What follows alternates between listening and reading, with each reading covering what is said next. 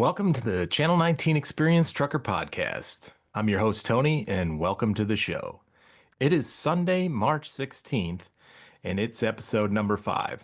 I've been doing some playing with the audio settings this week and with the microphone and the software, trying to make the best audio experience possible. There's about a million buttons on this stuff, and I know about what 4 of them do. Mostly I spend my time Googling what these words even mean, let alone what happens if I turn the dial. So it's a work in progress. Just know we are trying to make the best audio experience possible here. So let me know if you think that it sounds better this week, and we'll keep tweaking it as we go. This week on the show, we're going to talk about the weather, the Transportation Freedom Act. We'll talk a little bit about tariffs and the freight market, and we'll talk about my brief, less than satisfying experience with Waymo. We're going to dive into the Pink Cheetah TQL broker transparency topic and debate that's been going on across the news and the various trucking social media pages. And then we'll wrap up things with a song, talking about the Channel 19 song, Plain White Rapper. This week for guests, we've got Tax Mami Jackie joining us, talk a little bit about taxes. It's still tax season. I jumped the gun a little bit. I gave you maybe a little scare last week when I said there's only a month left. Last week there was a little over a month left. This week there's a month left. So we're on time and target now. So we'll talk about taxes and some of the things you can do to make the most out of your deductions. Up next, I'm going to say a quick word about this episode's sponsor. We'll throw in the old 8-track tape and kick off the jingle, and we'll get going with our pre-trip inspection. During the jingle, if you're not driving, it's a great time to like, follow, subscribe, download, and share the podcast with your friends. So get that seat adjusted, set the cruise control, and let's knock out some miles. We've got work to do. It is tax season. And truckers, you know your math doesn't math very well, especially now since ELDs got into the picture. Some of us used to be able to do a little bit of math when it came to doing our recaps and understanding how many hours we had left. But since we've had ELDs for a while now, some of our math skills are rusty. So hire a professional to help you with your taxes. Tax Mami Jackie has a CDL, and she's also licensed with the IRS to do people's taxes. She does my family's taxes, my business taxes. She understands trucking. She understands deductions and how to maximize all the advantages that the tax code will allow for your business and for your personal taxes. She's affordable. She meets you where you are when it comes to cost. She's not just in it to rack up a bunch of fees. She's a great person. So reach out to Tax Mami Jackie and get your tax work done through her. You can reach her on social media, and also her phone number and contact information is on our website at channel19experience.com. Paper breaker one time, can I get a radio check? Pretty quiet out here on channel 19. Well, there's a plain white rapper taking pictures at the state line. Hit the jake brake quick, we ain't paying no fines. The driver swing into the Interstate Body Shop south at exit 5. Building trucking ain't the same as it was. We're the last of our kind.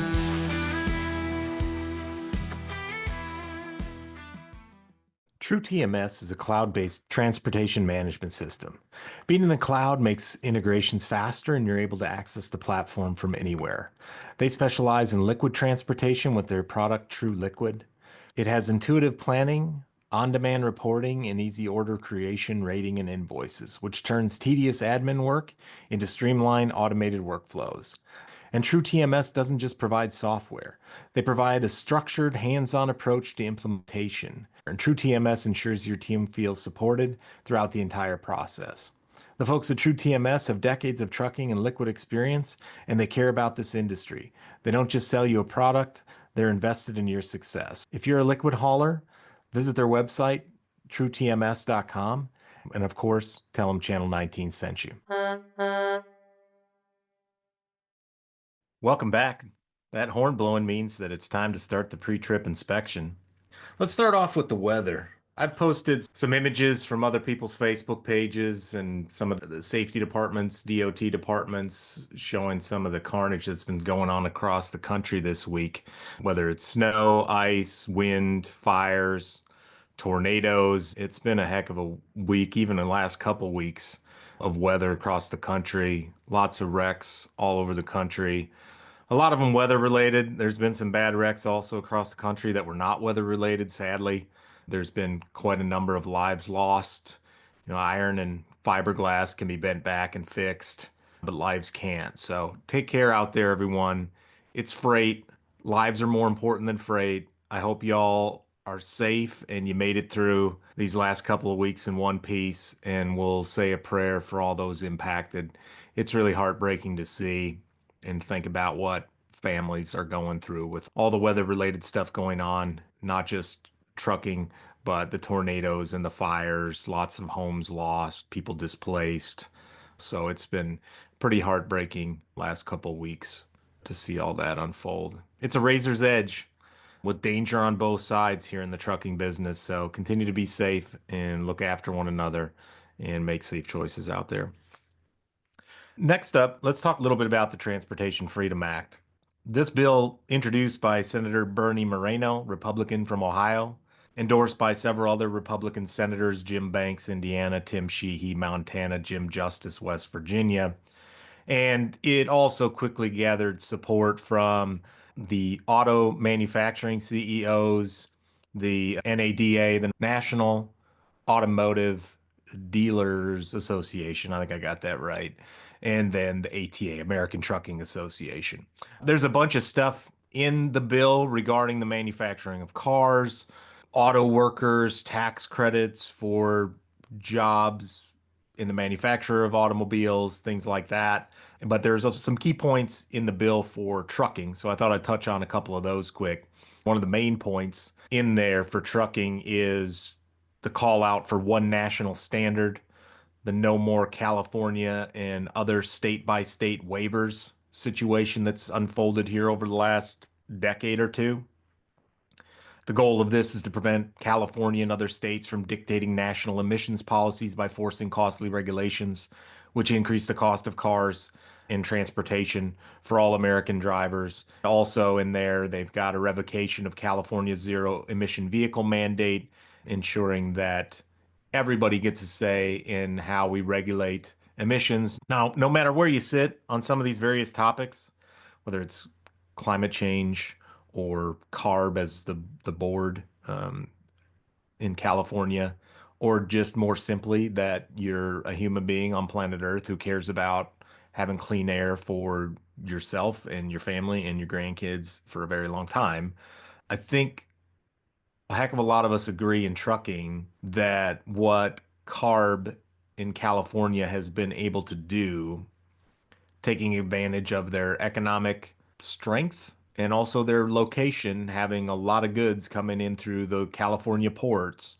They've been able to play a disproportionate role in this whole discussion for quite some time. The ninth district out there in the western part of the United States has backed them up from a court standpoint.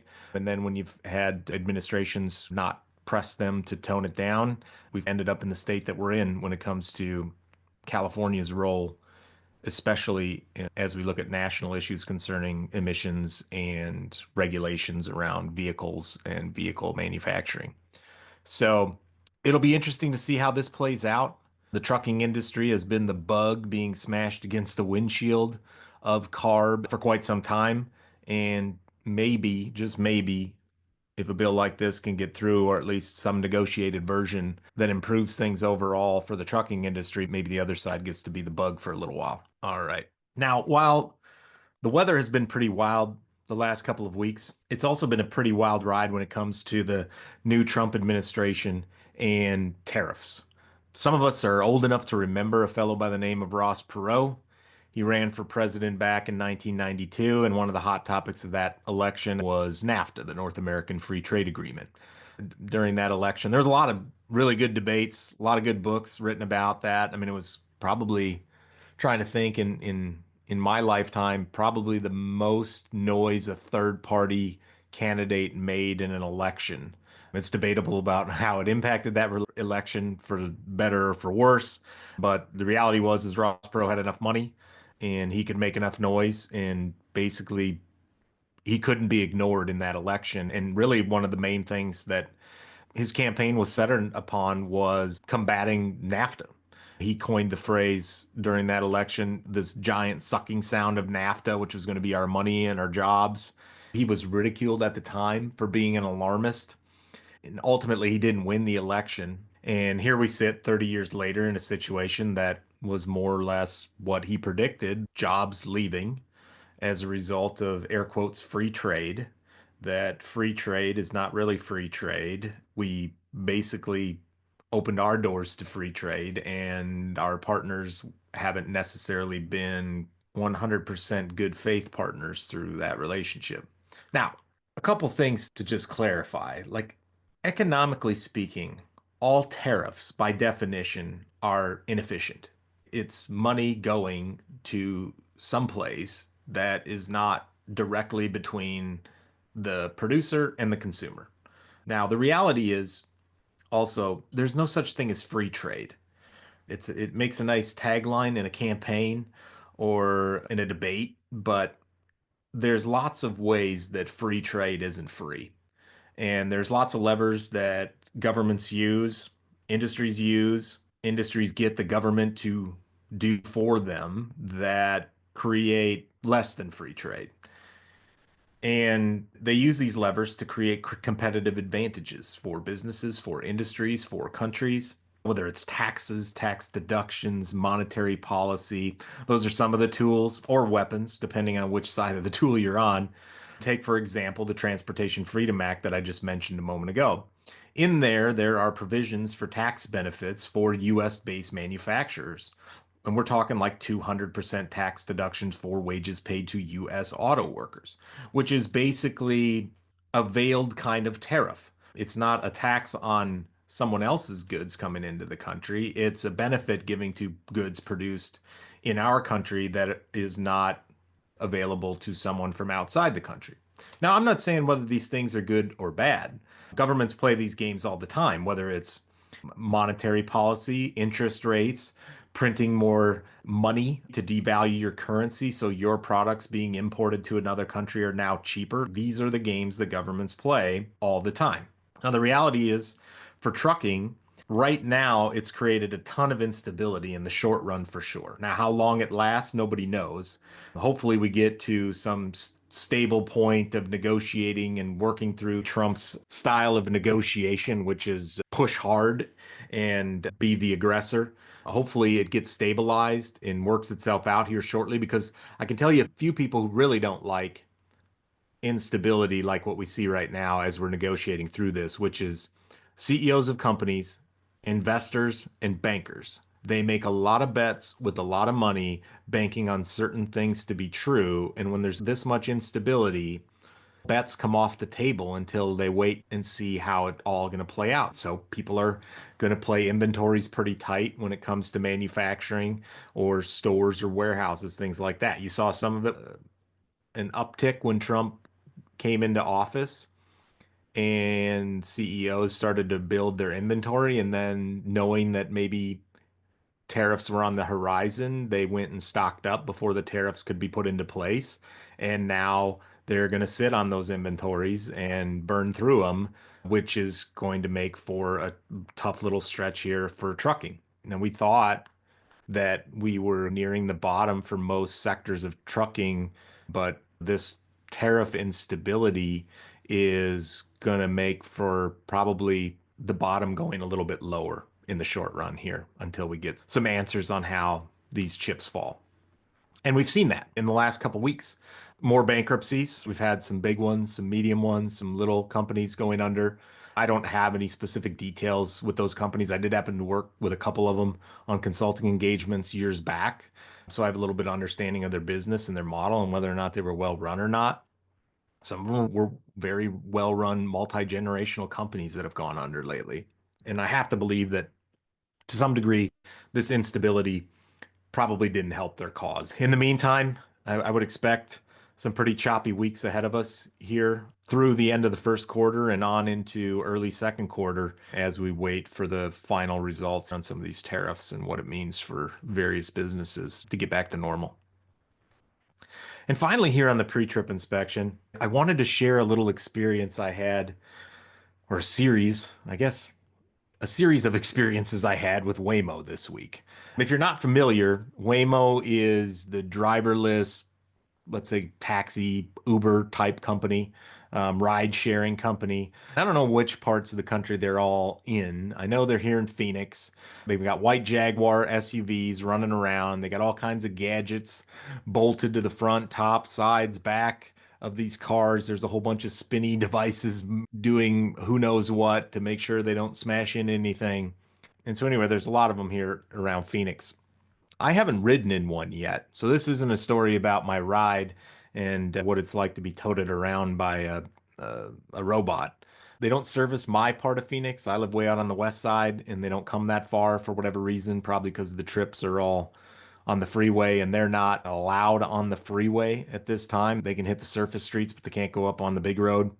But they continue to grow in Phoenix and other cities. So anyway, Saturday is when this encounter took place. I went down to downtown Phoenix.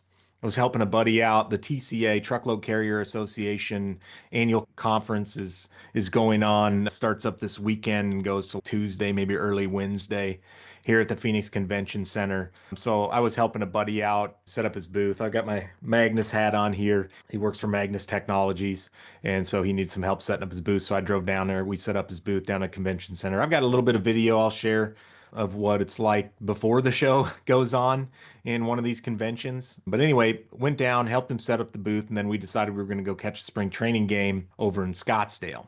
Now, it seems between downtown Phoenix and Scottsdale is like the center of the Waymo beehive. When leaving Phoenix and heading east, then north over to the Arizona Diamondback spring training facility over there, these Waymos are everywhere. I mean, you can't turn your head and not see two of them no matter where you're at once you're on the surface streets. Like it's wild just to see these white cars, and they're unmistakable. You can't miss them. And for the most part, I mean, you don't really notice them. They don't do anything erratic. I mean, they just drive like another normal car. If they didn't have all the spinny things and weird shapes that catch your eye hanging off the front and sides of the car, you probably really wouldn't have noticed them at all. I had a couple incidents with them after the game. So we watch the game, game ends, crowd clears out, go find your car in the parking lot, and you're heading out trying to get back on the freeway to get the heck out of there and head back west. On the road that's leading out, so you're going down this long straight road, and at the end of this road is a stoplight and it's a T. So everybody who's leaving the game wants to go left because that brings you back down to the main road, but that you got to make a couple turns, and anyway, that gets you back to the 101, and then you can get on the 202, and then you can get on the 10. Pretty much 99% of the people coming out of these parking lots wants to go left and then another left so they can get back on the freeway with either a right or left from there. And the right-hand lane that would have to turn right, there's basically nobody there. Maybe a car every minute or two because there's no place to go if you go right. I mean, you end up wandering around neighborhoods and you're pretty much going to have to end up back where the rest of us are headed anyway, so you just as well wait. There's a whole line. Like it's several blocks. I'd say probably like 6 blocks of backup. You know, people are feathering their way into the line and it's built up. The traffic light's not the most optimized thing in the world for this scenario. Every time the light cycles, maybe 5, maybe 10 people get through. It's kind of a slow process, bit irritating, but it is what it is, right? And meanwhile, the right lane, of course, is a ghost town. So I'm waiting to turn left with everybody else. And I'll post a video clip. I did grab a little bit of video of what the stunt this Waymo car pulled. While I'm waiting, a Waymo just comes strolling up the right-hand lane and then puts on its left turn signal and basically jumps the entire queue. It goes right up to like the second, maybe there's 2 cars, maybe jumping in between the second and third car, maybe the first and second. I'd have to look at the video again. I can't quite remember. But anyway, jumps up in the right-hand lane all the way around everybody waiting, puts on its left turn signal. And I don't know what everybody else felt around me. I know I could feel my face turn red because it was just irritating. If a human did that, I don't know what would happen depending on who's around. Some days it ends worse than others. I imagine I wasn't alone in feeling my blood pressure rise watching what this Waymo was about to try to do. And so the cars start moving, and this is where I've got the video. And basically, what we quickly figured out was if you stay close enough to the car in front of you, the Waymo won't do anything. It'll just sit there, not recognizing a spot where it can inject itself. So it didn't get in front of me because, old school trucker. We've played this game a few times with people wanting to drive up and merge at the last minute inappropriately. I don't know what happened behind me, but it didn't get in front of me, and it just sat there plugging up the right-hand lane. And you can imagine if it did this stunt out on a freeway, like what would go on. Like this is how traffic jams get started. Like in Phoenix, we have this problem all over the place, and most cities in America do too, where people hang out in the wrong lane too long, and then they try to get in. Nobody's too thrilled with that, and so it doesn't go very well. And then they plug up the lane that should be a travel lane because they're trying to get in, and then the blockage just builds from there behind it. I get around the corner. I'm going up to make another left so I can get back headed east, jump on the freeway. There's a turn lane there. There's two travel lanes, and then there's a right-hand turn lane and a left-hand turn lane. I'm trying to get in the left-hand turn lane, and there's just enough room for with everybody else in front of me waiting in the left-hand turn lane that let's say 80% of my car is in the turn lane, still got a little bit of my right rear end in the travel lane. And then while I'm sitting there waiting for the green turn arrow to go so we can get this rig rolling, all of a sudden my seatbelt puts me in a sleeper hold. Now I'm in a Volvo SUV, so it's got about 90 more safety features than anybody probably needs, but that's part of the fun of owning a Volvo car. It puts me in a sleeper hold and alarm bells start going off. And I'm like, what in the world's going on? Like this, it wouldn't be unknown for the Volvo to just do random things that are unexplained. So part of me thought it was just the car. And then I realized that a Waymo is coming up from behind me, and I'm looking in my mirror because of course I'm checking all my mirrors going, what the heck's going on the dash? The activating collision impact system or something to that effect pops up on the dashboard. I'm like, what in the world? So I look in my right hand mirror and I see a Waymo coming up fast in that travel lane, and it like comes within like an inch of my bumper and smashing into it. Now, I imagine the Waymo and the engineers are like, yeah, that's plenty of margin for error, but my car doesn't know that. So it thinks an impact is pending. Like this doesn't all add up to be a good situation from my car's computer's eyes. So it locks everything up, tries to strangle me to the seat and brace for impact. And then that Waymo, which at this point now I figured out is probably the same Waymo that tried to jam it in on the last turn. This Waymo proceeds to do the same thing again at this more major street intersection and block up the left-hand travel lane, trying to jump the queue going into the left-hand turn lane. And of course, the Waymo fails again because pretty much everybody in that little batch of people, we just experienced this fun about a couple hundred yards back. So we knew enough to hold tight and not let the Waymo in. So there it sat. And so who knows and how long it blocked up the turn lane again.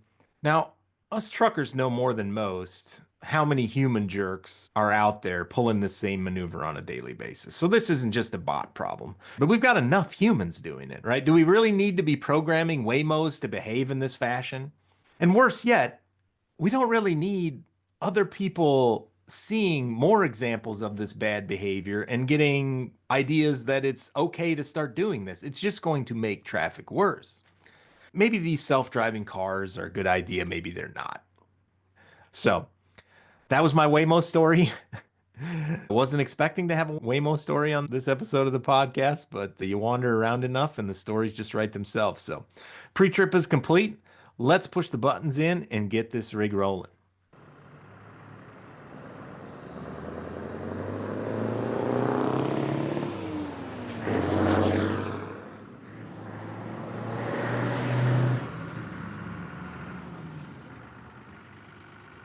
All right, welcome back. Let's jump in the deep end of the pool here and talk a little bit about TQL and Pink Cheetah around broker transparency and this court case that's been filed by Pink Cheetah against TQL.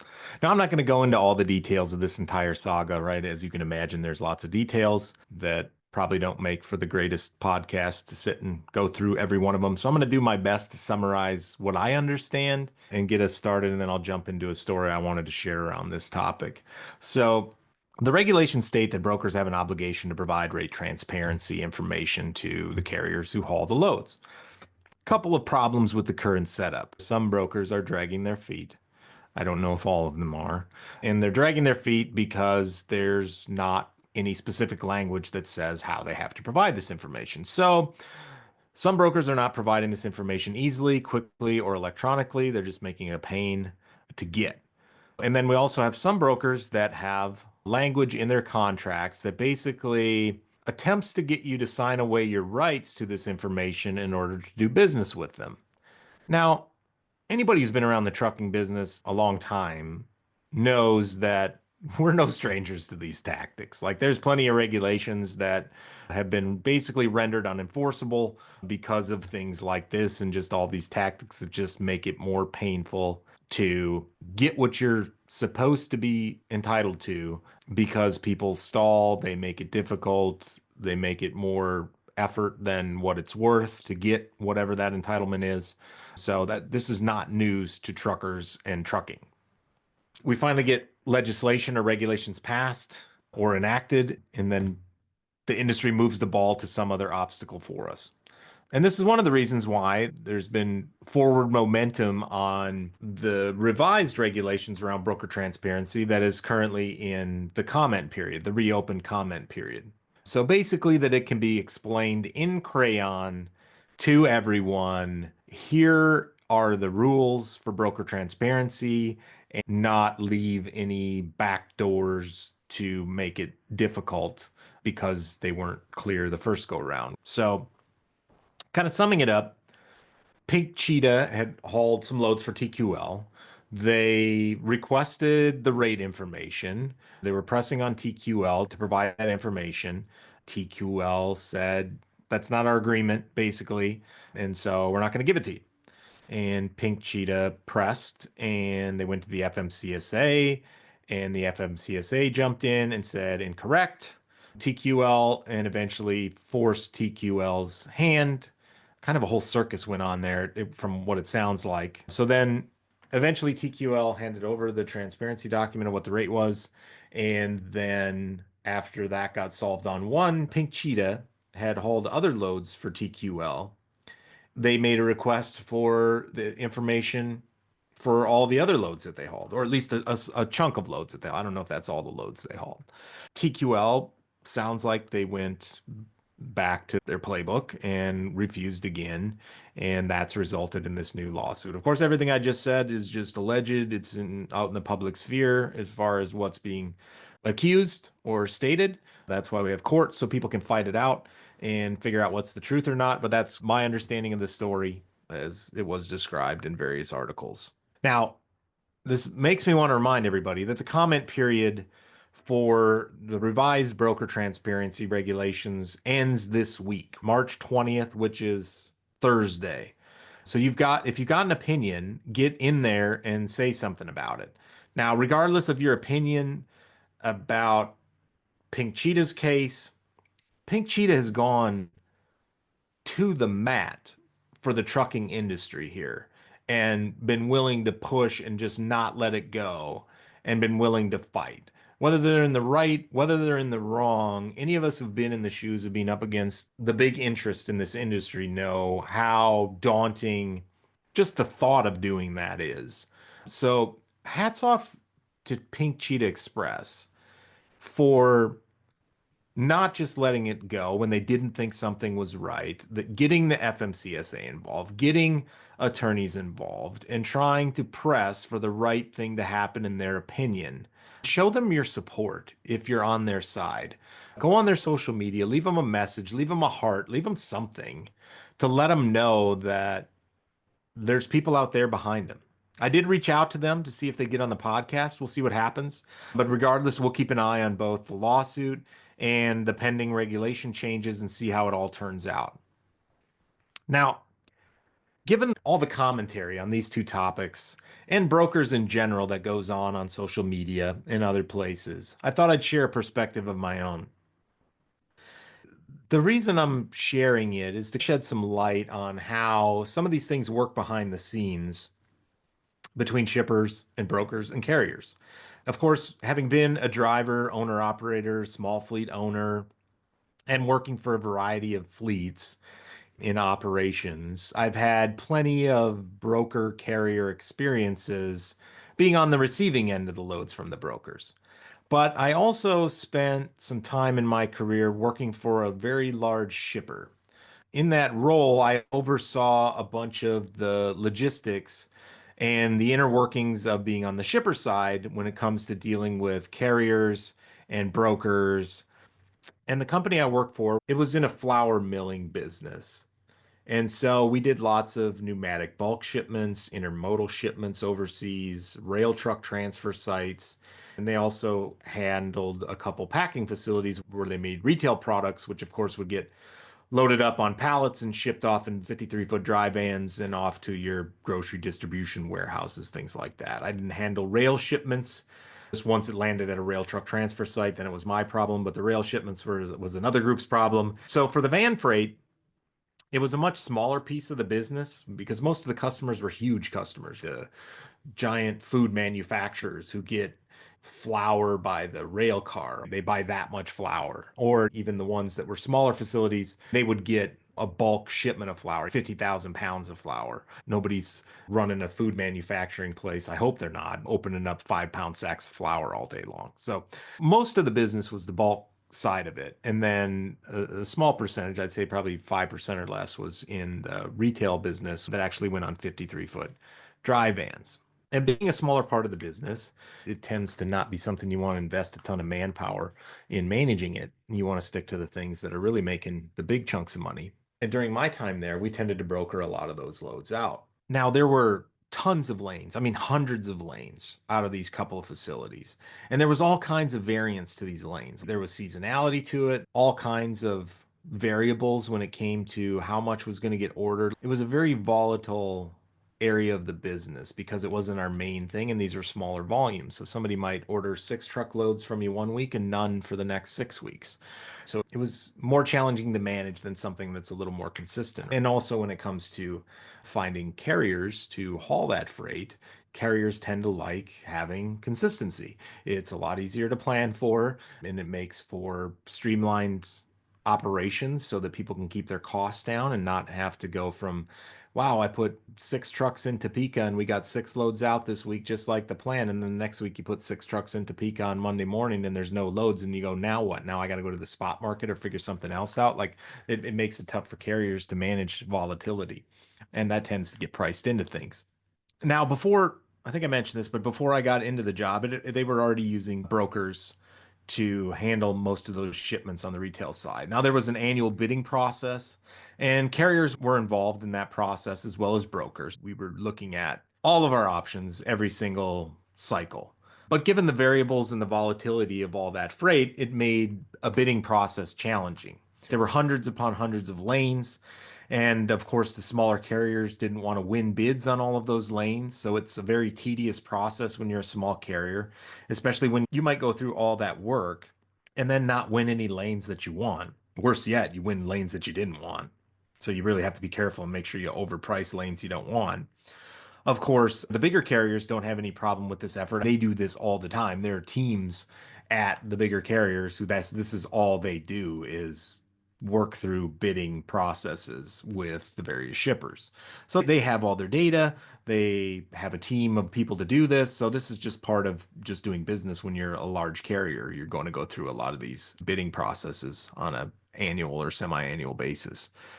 The big carriers also largely have brokerage divisions. So there's a whole bunch of back and forth on how much of it would get brokered out versus how much, like, am I really hiring an asset-based carrier when I give you the freight, or am I basically just giving it to you to broker it out and your trucks are never going to haul it because you're telling me about how great your service is and how wonderful your trucks are and your air ride trailers and your qualified drivers and your safety rating. But if you're not the ones hauling it, what does all that matter to me if you're just going to broker it out when I'm the shipper? So there's that part of the story to figure out too with all the people who you let into the bidding process. From the shipper perspective, one of the pain points of all of this, and also a significant potential cost, is the management of these carriers. Even if, as a shipper, I wanted to just eliminate brokers from the equation and go, I'm just gonna deal with whoever sends me the lowest bid, no matter which carrier it is. It becomes a lot of work to manage it, like all these different carriers, and you got to keep up on their insurance and keep up on their authority and manage them and tender loads different ways to different carriers and get updates and all the things that go along with just the operations of transporting goods. You've got to deal with a number of different companies. And if you're going to do that, you're going to need more people than just me sitting around managing it. That's one of the things that gets baked into the cost. Whereas if we manage it, yes, we might be able to get a lower rate on a cents per mile basis or cents per hundredweight of shipping flour, but there's going to be costs outside of the line haul charges that are going to add up fast when I've got people doing all this other work to manually handle, or if even if we buy or build a system to handle it and build a website or a portal for the carriers to come look at and get their load tenders, right? All that costs money.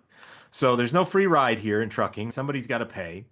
But most of the time, the biggest question in trucking is who's going to pay and how much is it going to cost on all these various angles, and am I actually figuring out what my total all-in costs are? That doesn't even include the fact that, and we did try at times in certain lanes to give them to single carriers, even though most of the business was going through the brokerage 3PL providers. But you would deal with things like carriers who went on a business, carriers who signed up to do 4 loads a week out of Topeka and then would just give back 2 of them or all 4 of them because they're like, I don't have any trucks over there and I don't plan on sending any trucks over there. It's not good for me, even though I bid on it and I don't really want your freight. So you could end up a month or 6 months into your 1 year contract, and the carrier you thought was going to haul them doesn't want to haul them anymore for one reason or another. When you're looking at the whole picture as a shipper, you're looking at all these things and going, okay, how do we want to spend our money? And what do we want to manage? What do we want to not manage? And run through a bunch of scenarios about how much these various options cost and trying to factor in all the costs, not just the line haul cost, and come to a decision. Now, like I said, while I was there, we mostly shipped it all on brokers for that retail stuff. We had a couple of different brokers. We didn't just go all in on one broker for a couple reasons.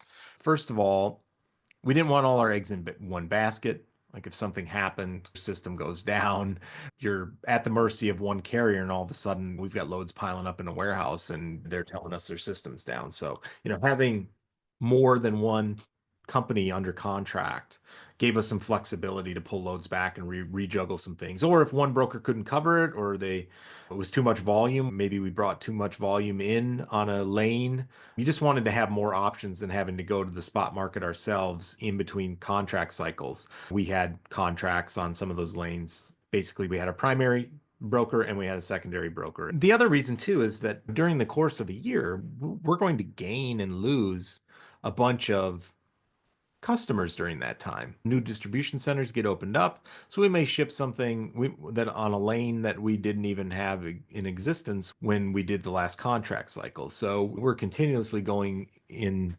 getting quoted on new lanes from the brokers, and we didn't just want to have one broker in-house. We wanted to have basically continuous competition on those rates across a couple of brokers so that it kept everybody honest from a pricing standpoint. Now, all this is pretty common practice, right? There's no industry secrets here. This is how shippers operate, big shippers, sometimes little shippers. This is just how the game gets played behind the scenes, establishing these rates, and this is how carriers end up with this freight or brokers end up with this freight. And the common part here is that especially the carriers and brokers are asked to bid for that lane with a rate for the entire year, like one rate for the year, not a spring rate and a fall rate and a summer rate and a winter rate, one rate, right? Now, of course, the van market has pretty significant price fluctuations throughout the year. Some seasonal, some macroeconomic influences that nobody can accurately forecast for an entire year. So the price of, let's say, for example, 45,000 pound dry van load of palletized flour from Topeka, Kansas to Philadelphia, Pennsylvania. It's not consistent year round. So the brokers and carriers alike have to take a stab at what they can price these lanes at for the whole year and put one number in the box when they send their bid over to us. Now, let's say, for example, on that Topeka to Philly load, they might bid it out at $2 a mile, line haul, no fuel surcharge, no stop pay or anything like that. All the accessorial stuff is negotiated separately. But let's say $2 a mile on the line haul. They may do that at $2, knowing that in February they probably make a killing on it. And in November, they take it in the shorts.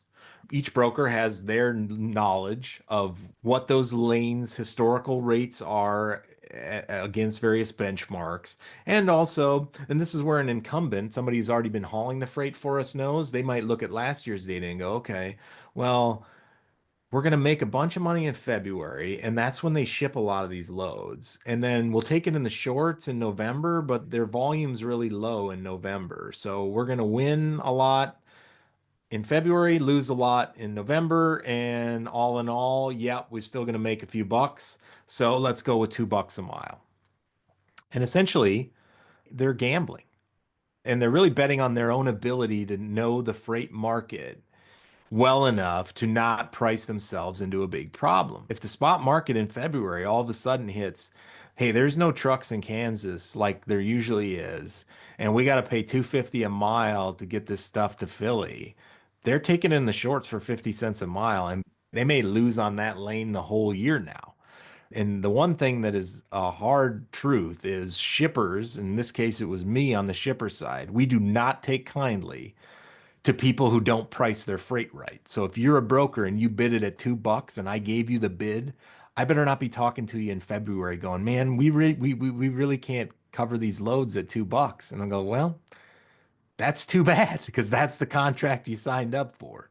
And brokers know this because if you start handing your freight back to your shippers, expect not to get invited to the next round of contracts and bidding because you gave back freight. So they know that this is a very dangerous game to go push back if you want to stay in business as a broker. So you're just going to have to take that one for the team if you're the broker. And the point of me explaining all this is I'm not defending brokers here. Like there are bad actors. I'm just trying to explain a little bit of the inner workings of how these contracts and prices get made, especially as more transparency is expected here soon. And one of the things that I saw in some of the other articles was actually on this pink cheetah, where it talked about the rate that they saw once they got the documentation from TQL the way they were supposed to. Immediately in the article, it talks about, well, the rate that TQL charged the shipper was 2x what was paid to Pink Cheetah. And with the implication that that was something wrong, that that was gouging. Now, the point I'm making here is not necessarily. It may be, but you need a lot more data about that lane and about that contract to go, yes, absolutely, that's ridiculous that TQL was getting paid twice what they paid Pink Express on that particular load. We don't know if this was the season where they're making hay and they take it in the shorts the other 6 months of the year. That's the sort of thing that you don't know when you just look at individual pieces of data like that. Like that may be why the whole thing was priced that way. If brokers were to want to price things more accurately to shippers, on a, let's say a month by month rate basis, well, it gets more complicated, it's more work, but it would also get more reflect more accurately reality. And maybe that's what all this leads to with all this transparency is that everybody goes to that model, not wanting to get called out by having somebody post that rate information on Facebook and say, look how bad they screwed me on this load in February when the broker was making hay. And basically the broker has no rebuttal to the fact that, yeah, but you weren't hauling it for that when I was taking it in the shorts, paying carriers 250 to haul my $2 a mile freight in November. And that's where I have a little bit of hesitancy on this whole transparency topic. Once that information gets out into the wild, like it's going to get aggregated and that data is going to get sold to whoever wants it, which is going to drive down freight prices all over the place. And it's true, sure, some of it's going to come out of brokers' pockets. And that's why they're fighting this so hard. Also, a reality is it's going to save shippers money. I can tell you from being on the shipper side of it, the one thing that I wanted the most of all was to know what everybody else was paying, because then it was a good benchmark against if I'm paying too much. If somebody else is shipping a van load of 45,000 pounds of something from Topeka to Philly and they're only paying a buck 80, by God, I don't want to be paying $2 on it, right? You know that information is going to get back to shippers and they're going to use it to beat out the excess in some of these rates. So this is about the only advice I can give you around this is know your numbers. Know what the various markets are doing in freight, whether that's refrigerated, van, flatbed, oversized, commodities, you name it. Understand what you haul and understand what the rates are for where you're hauling it to and where you need to get back from. And understanding what these volumes are in these various markets of inbound trucks, outbound trucks. You see DAT provides a bunch of data. There's a bunch of sources for data, freight waves. All of them are aggregating the data and they're trying to give you clues because I can guarantee you the shippers and the brokers and the carriers are all using that information to understand how the market's moving and how to negotiate prices and when to negotiate, right? And understanding when you have power to negotiate and in many cases, like right now, where you don't have power to negotiate. They spend a lot of money to get that data. They spend a lot of money paying people to analyze that data and they use it. So you need to arm yourselves as best you can also, because it's tough out there right now. So finally, let's talk about the Channel 19 Experience theme song, Plain White Rapper. All right, I clarified last week that that's rapper with a W. Although, if I was going to become a hip hop rapper, I think now I would have to go with plain white rapper. It fits. I'm about as plain a white as a country boy from Minnesota can be, so it just seems appropriate that I would be the plain white rapper if it came to that. So the rapper in the song is with a W. In the song, it's about a law enforcement officer with a white sedan with no markings on it. That's what plain white rapper means, but I digress. It came to my attention this week that there's a line in the song that everybody may not know what I'm talking about. So I figured I better explain it. Some of these young whippersnappers like Danger Dave, he didn't know what was going on in the song. He thought it was just about a Tourette's or something that the AI had when it created the song or when I wrote the lyrics. So I guess I should clarify things. Now, I have to admit, the song is a little geographically incorrect, but I like the line and how it turned out in the lyric, so I wasn't going to change it just for a little thing that most of the song's written about a guy driving down I-75 to Savannah, Georgia, and the Interstate Body Shop happens to be on I-80 in Pennsylvania. Details, details. We'll let that one slip through if you'll let me. And to top it off, I mean, there are plenty of comparable establishments on I-75 that resemble the Interstate Body Shop. So I think there's at least a little bit of justification for my plan here. So the Interstate Body Shop was located on exit 5 on I-80, going eastbound out of Ohio, near Emlenton, PA. Now, this was back when PA still had the sequential exit numbers, right? The first exit after the state line was 1, and then they just worked their way up from there, regardless of what mile marker it was around. So exit 5 was probably, I don't know, 50 some miles into Pennsylvania, but it was the 5th exit at the time, and that was near Emlenton, PA there. I'm not sure what exit number it is now, but maybe mile marker Mike can chime in here on Facebook or something with the exit number nowadays.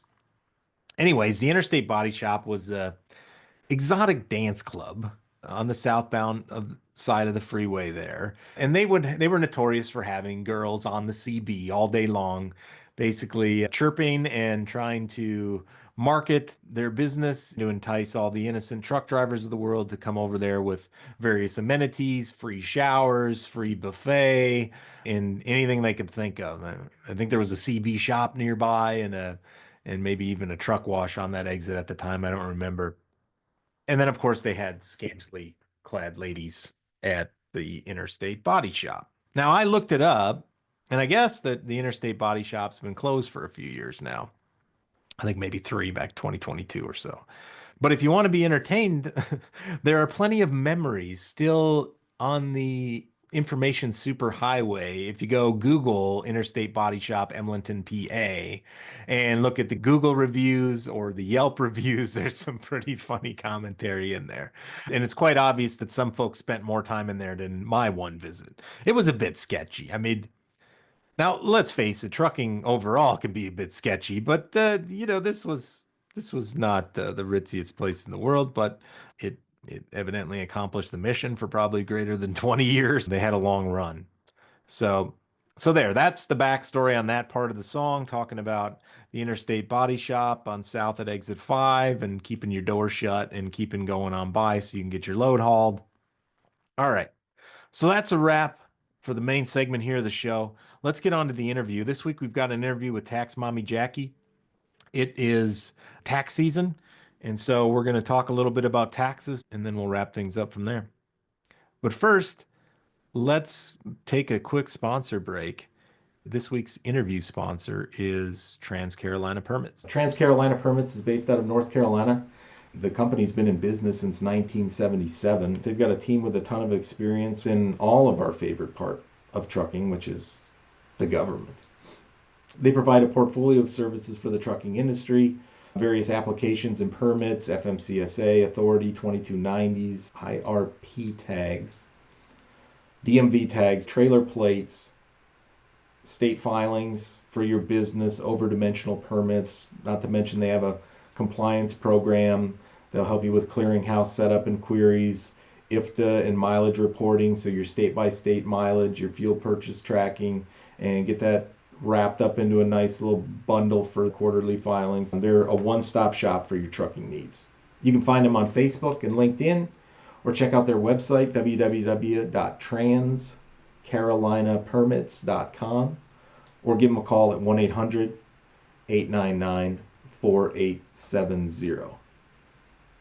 All right, before we jump into the interview here with Jackie, I figured I probably better put a little disclaimer out, since that seems to be the smart thing to do when it comes to talking about legal things, tax things, things of that nature. The information presented in this podcast is for general educational and informational purposes only and does not constitute tax advice. It is essential to consult with a qualified tax professional or advisor for personalized guidance based on your specific circumstances. We are not responsible for any actions taken or decisions made based on the information provided in this podcast. This is for recreation purposes only. Talk to your own tax professional who understands your situation specifically. These are general topics of discussion, not tax advice for you to just go fill out and submit. All right, let's talk to Jackie.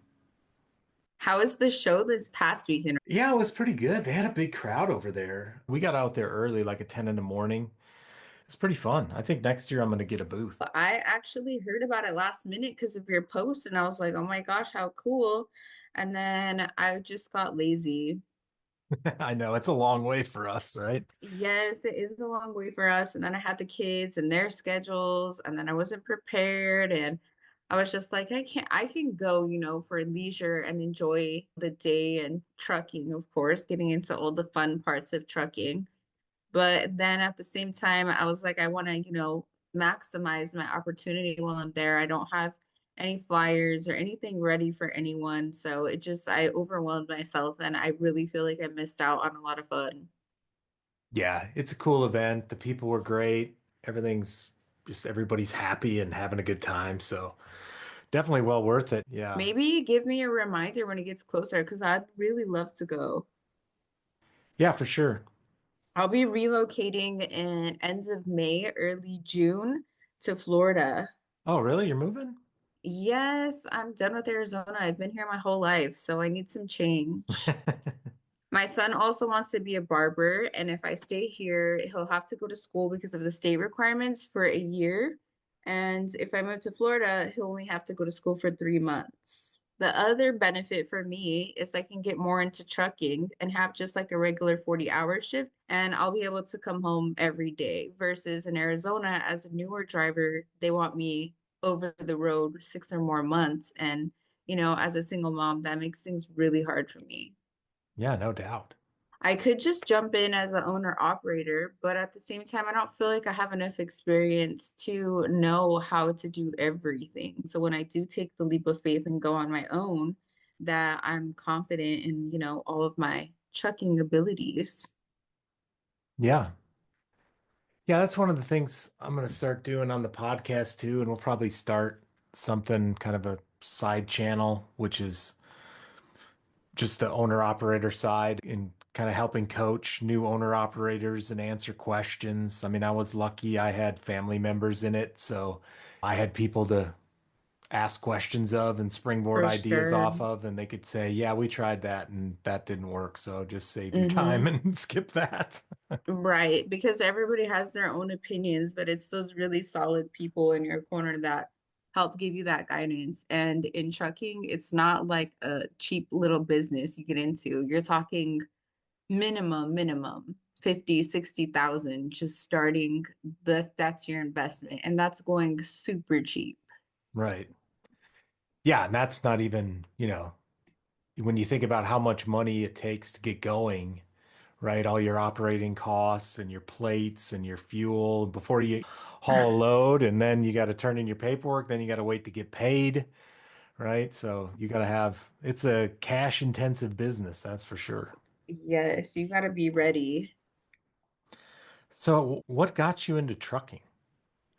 What got me into trucking is number one, I do not like to work for other people, but I like to vacation a lot. I like to see different places. My adopted grandfather, he was also a trucker. He retired as a trucker, and I always thought he was just like the coolest guy ever. And he could drive this big truck. And then I understood that women can do it too. Then I got a grant for it during COVID. So I just went with it. It was really rewarding, actually. Very empowering. Yeah, it's one of the fastest growing segments of truck drivers now is women. I thought that was really cool. There was actually only one lady in my trucking class. That was for the morning and the evening. She didn't end up finishing her school, so I'm still interested to see that part where there's a lot of women, or at least interact with more women, because so far, any conversations or anything in the topic of trucking is still very male dominated in my perspective. Yeah. Yeah, that's true. I think everybody I've talked to said they were the only woman in their class. So it's definitely still a lot of men out there for sure. Yes, yes. So you got your CDL during COVID, you said? I I got my CDL in 21. Okay. So early 21, like right when everything was ending on the COVID portion of things. I went to Southwest Truck Drivers Training Institution. They were really good. I got a lot of drive time. I felt they did a really good job as far as explaining all the ins and outs and details and laws and real life scenarios, and shared a lot of their personal experience in driving. They had to have X amount of years to be an instructor, but these guys were like older gentlemen who had retired from the business and had drove every category. So they had lots of stories, lots of information for us that's not taught in the books. Right. So did you train on an automatic or they taught you how to do a manual as well or? It was optional, but honestly, I'm still a girl, so I've never actually driven any kind of stick shift anything. So I stuck to automatic. But when I asked them, I said, hey, do you think this is the right time for me to, jump in and learn how to drive a stick shift or, something with gears? And they were like, actually, it's not a bad idea for you to stick with automatic because the way the industry is going, they should be all automatic or like 90% automatic within 4 to 5 years. So I just stuck with automatic. Yeah, especially with the bigger fleets, you see a lot of automatics. They train a lot of their own drivers, or they know that they're going to be hiring a lot of drivers out of the schools, so they tend to have automatics.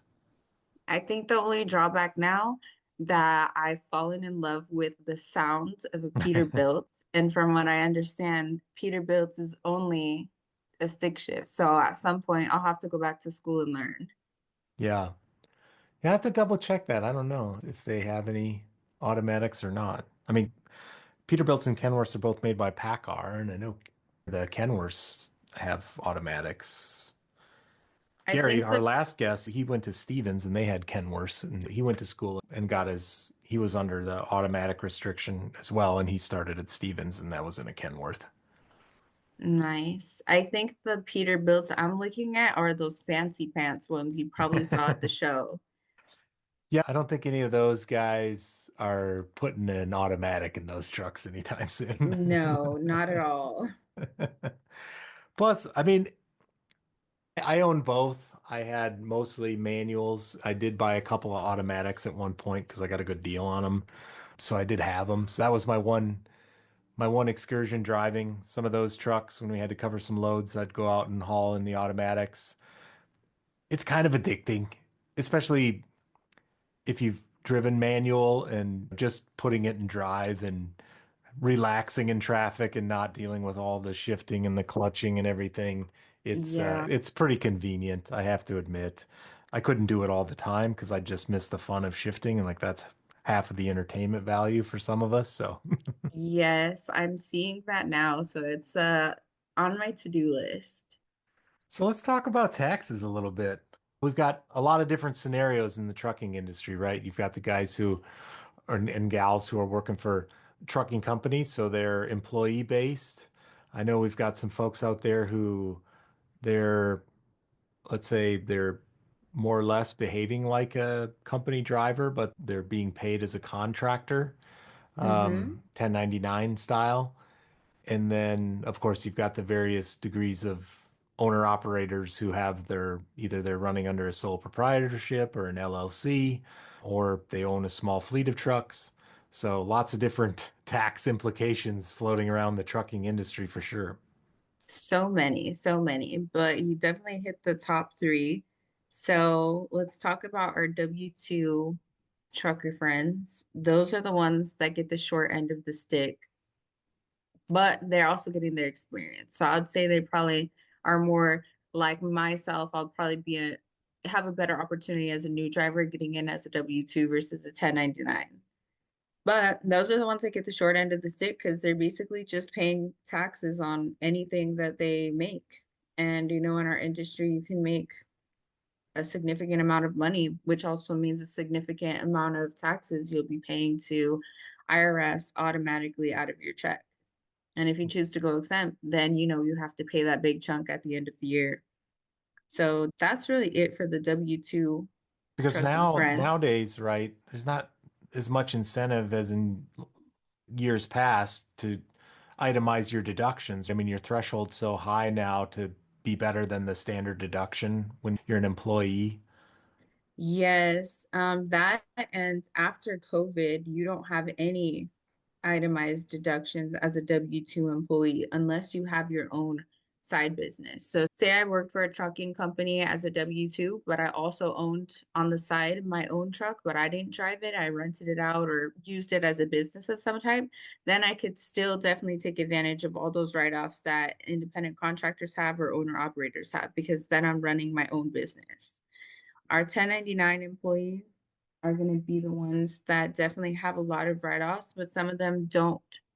So they're going to hit like a cap because they're a 1099. And I like to stay away from the word employees because they are independent contractors, but a lot of companies or business owners, they make the mistake of treating our 1099 independent contractor friends as employees. They give them a schedule, they have certain requirements that are more fitting to a W-2 employee. Because as a 1099, they can't actually give you a schedule.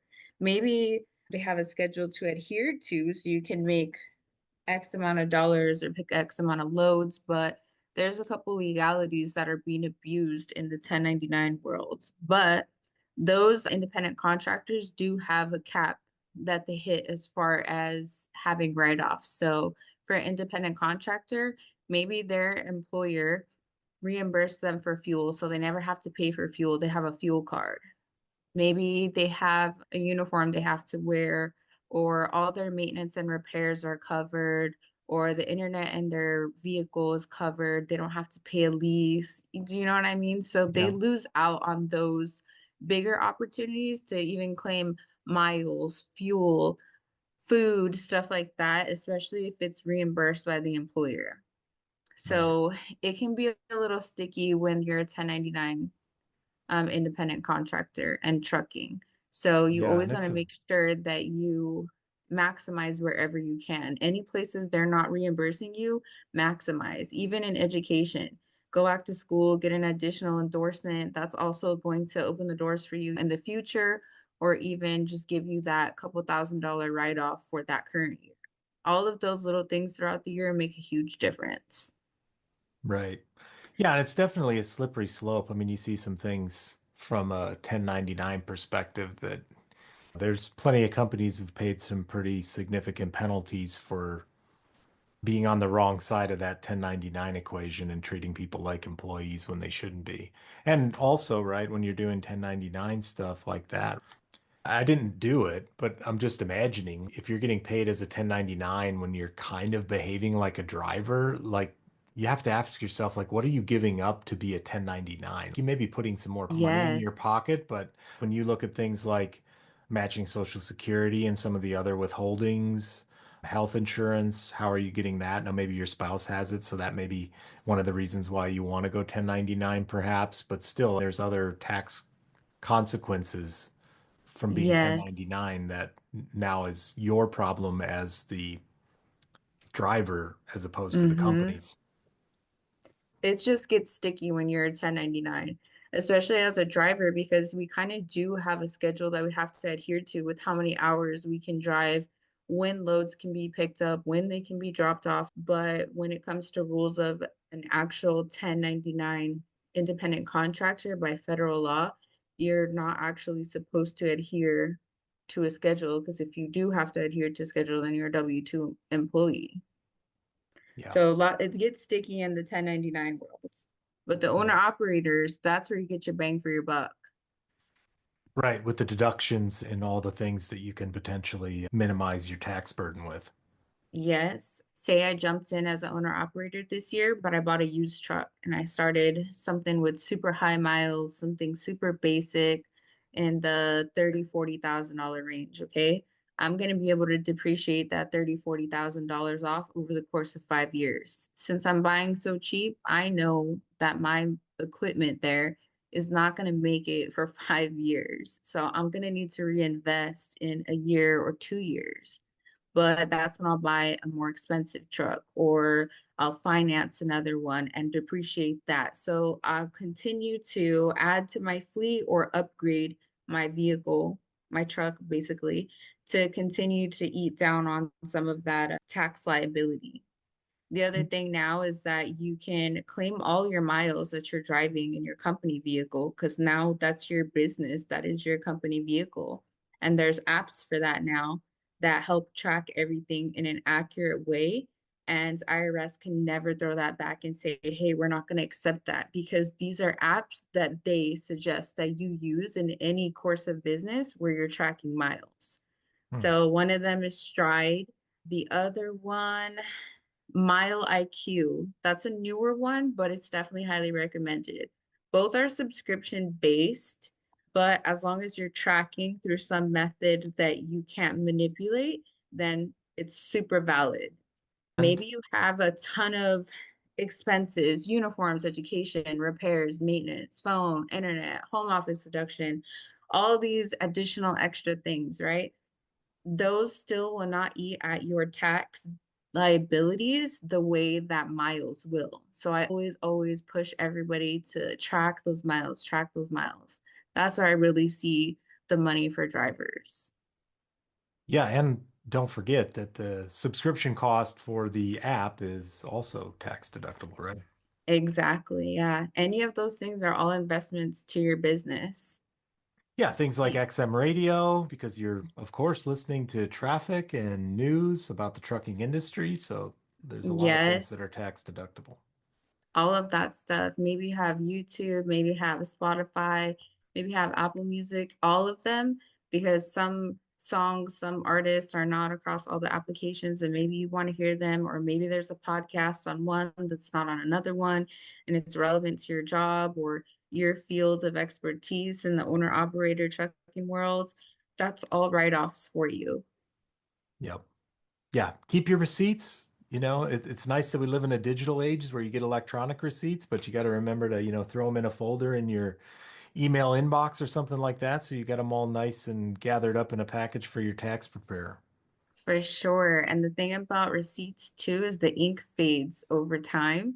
So you always want to take some type of electronic copy of it, whether you physically copy it on a machine or scan it into your computer or take a picture of it. So if those records are ever lost or damaged, you're not out those write-offs. Yep, take pictures, link your phone to your Apple Cloud or your Amazon Photos account if you've already got an Amazon subscription. That way you've got a record of those receipts indefinitely. Yep. Mm-hmm. And my last and favorite deduction of all time, because I love dogs. If you are a trucker, and maybe for this works for the 1099 employees as well and the owner operators, if you have a little pooch or a big pooch or any of type of dog that you take with you on the road, as long as that pooch can bark, you can use him as a write-off as a security animal. No kidding. His food, his leashes, his doctor's visits, spay and neuter, his treats, all of that, because he's a security animal for you. When you're on the road and you're sleeping in these sketchy places, you might be so tired you pass out, you don't hear one thing, but you know who will? Your pooch. Right. Yeah. So favorite write-off of all time, definitely gonna be the pooch. Yeah, no kidding. I didn't know that. A lot Yeah, of people so didn't know that one. everybody needs to go get a dog right now. Or a barking cat. I don't know if that if such a thing exists. Well, awesome. That's a great final tip for everybody. Jackie, if you want to maybe give out your contact information in case people want to reach out to you. Yes, my business name is the initials of my kids, so it's a little complicated. It's called Gabbana Accounting Services, GBANA. You can send me an email with your receipts or documents or any letters from the IRS, maybe having some issues. I can help you work through those. It's going to be Jacqueline, Jaclyn, at gabbanaaccounting.com. Or if it's easier for you, just give me a call or text at 480-828-0421. And last but not least, I'm a social media queen, so you can always find me talking about real life things on Facebook as Tax Mami. That's awesome. Yeah, and we've got Jackie's information up on our website, channel19experience.com, and we'll continue to make posts of everybody who's guests on the show or partners of the show so you can easily find their information. Well, thanks, Jackie. It was awesome talking to you. I know I have some work to do here on our family's taxes to get them to you soon, but Yes. I promise we'll get to work on them and it was great having you on the show. Thanks for the invite. Let me know when your tax stuff is ready. Will do. All right. Have a good Talk night. to you soon. Bye-bye. Bye. Welcome back. Time for the post-trip inspection. Now, don't forget to pay a visit to our friends of the show on social media. We've got, of course, Big Cal's Truck and Kitchen, Tax Mami Jackie, Truckers Final Mile, Truckers Against Trafficking. Please go out, visit their sites, check out their stories and their content, and be sure to give them a like and a follow. I hope you enjoyed the interview with Jackie this week. Be sure to keep reaching out if you'd like to be on the program. Message us on social media, email us at inbox@channel19experience.com. There's also a contact form on the website, channel19experience.com. Nominate your friends, nominate your enemies, nominate total strangers, get them signed up to get on the program. If you like what you're hearing us, tell us. If you disagree and want to debate something, let's do it. I only know what I know, and if you've got another angle or another opinion on something, I'm always looking to learn from everybody else as well. At some point here, we'll try to get some other avenues opened up for discussion, live streams, stuff like that. I'll do some testing on that in the coming weeks, so make sure we get it right the first go around if possible. Up on the next episode, we plan to get mile marker Mike on the program, aka Little Brother Trucker. my little brother, well, he's about 3 inches taller than me, so not really my little brother, my younger brother, and trucker extraordinaire. We'll talk about the right way to do trucking. I know this is a contentious topic, to flip flop or not, Freightliner versus Peterbilt, 300-inch wheelbase versus fuel economy. I think I've got the answer to solve this debate once and for all, so I'll share that with you next week.